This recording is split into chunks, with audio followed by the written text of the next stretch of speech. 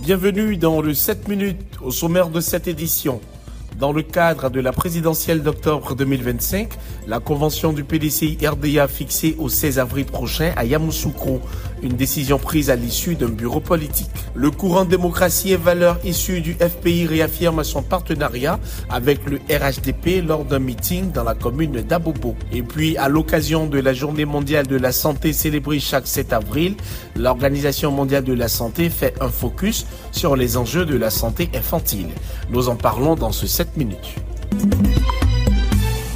La convention du PDCI-RDA se tiendra le 16 avril 2025, une date décisive arrêtée lors de la 18e réunion de son bureau politique le samedi 5 avril à Yamoussoukro.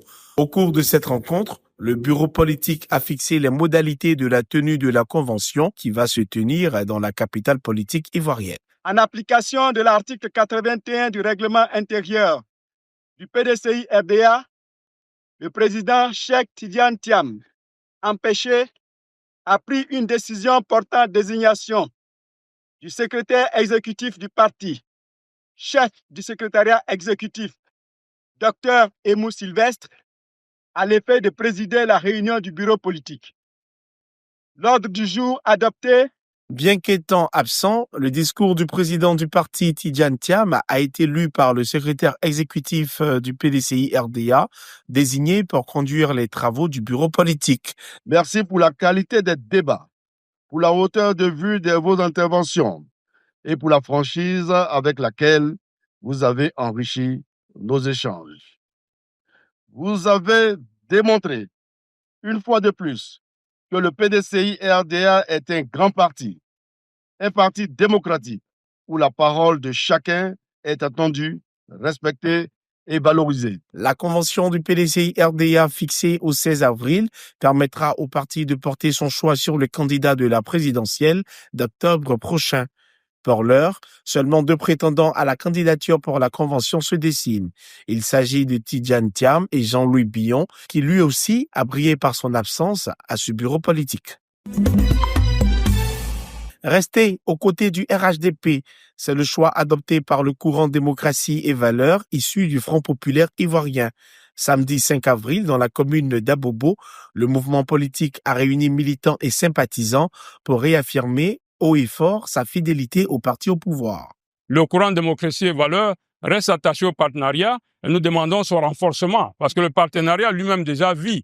C'est pourquoi je remercie la présidente du Sénat, Madame Kandia Kamara, qui a envoyé une importante délégation et les acteurs politiques au niveau de la direction donc du RHDP. Notre volonté, c'est d'aller dans la cohésion ensemble, de privilégier les axes de développement pour que nos concitoyens puissent voir assez rapidement les retombées de cette croissance-là. Une fidélité assumée par Sangaré et son équipe qui voient dans ce partenariat un levier stratégique pour le développement local et l'insertion politique de leurs membres. Nous estimons que dans ce partenariat, nous avons beaucoup gagné.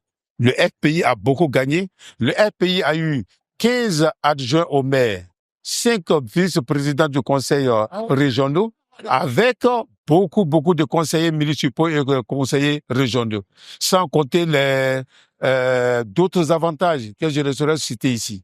Donc, je souhaite que nos militants, je lance un appel à tous les militants du Front populaire ivoirien, de prendre au sérieux le partenariat. Entre déclarations engagées, motions de soutien des jeunes et des femmes et prestations artistiques, le meeting a pris des airs de démonstration de force. Une manière pour ce courant dissident du FPI de marquer sa différence tout en affichant sa vision pour l'avenir. Enseignement supérieur et transformation de l'économie, quelle réponse apporter? C'est autour de cette thématique que la 60e promotion de l'ENA a organisé une conférence à laquelle a pris part le ministre de l'Enseignement supérieur et de la Recherche scientifique. Adama Diawara y a présenté les principales réformes menées dans son département, notamment l'adaptation des formations aux besoins du marché de l'emploi. Je leur ai expliqué dans un premier temps que le président de la République a assigné comme mission principale à notre système d'enseignement supérieur et de recherche scientifique 2 choses. D'abord, former des ressources humaines de qualité qui puissent contribuer de façon efficace au développement du pays et également développer une recherche scientifique pertinente capable de répondre de façon concrète aux problèmes de développement qui se posent dans notre pays. Alors, cela dit, nous avons commencé par faire le diagnostic vraiment sans complaisance de notre système pour voir qu'est-ce qui n'allait pas, qu'est-ce qu'il fallait corriger. Et à partir de ces diagnostics, sans complaisance, nous avons adopté un certain nombre d'options d'appui.